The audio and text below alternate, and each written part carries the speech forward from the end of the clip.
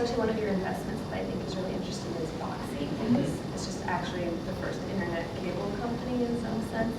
And I'm just curious, and it's also taking advantage of the developer API, and I'm just curious to hear your thoughts on how you see it playing out compared to traditional cable content. Do you think it's really going to be replacement or just another form of entertainment? And there's a lot of conflict and I certainly don't have a crystal ball on this one, but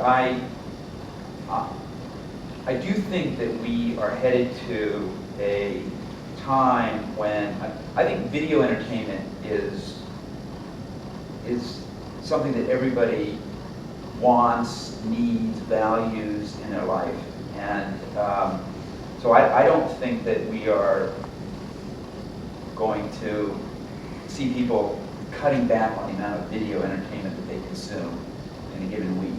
But I do think that we're going to see the end of linear television and, you know, show up on a Thursday night and this is the lineup of shows that, you know, we're going to give to you at this point in time. I think the internet just doesn't work that way architecturally. And I kind of start with the architecture of the internet, and to me everything kind of flows from that. So the internet's a distributed system, it's an open system, it's packet switched. I mean, there's just a whole bunch of things that are, you know, built up in the fundamental architecture of the internet. And so what that tells me is that the television is going to be, you're going to be able to, and maybe also filmed entertainment, movies, that you're going to be able to consume it whenever you want. And I think that there will be the two models that exist today for television, which is advertising and subscription. I think it can still exist.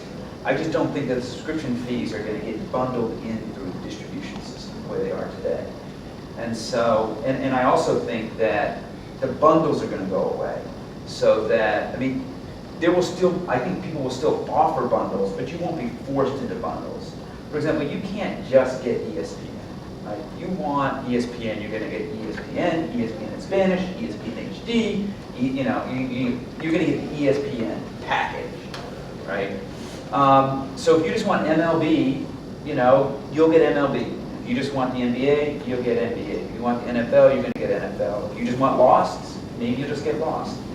Certainly, if you just want Bravo, you can get just Bravo. That's where I think we're all going to go, and I think that, you know, it will be a combination of subscriptions to that content, pay-per-view, and ad-supported.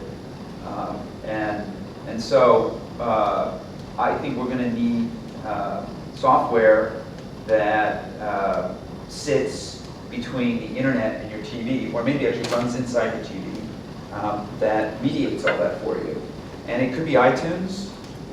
Certainly Apple would like it to be iTunes. It could be Microsoft's Media Center platform. It could be Boxy, or something else.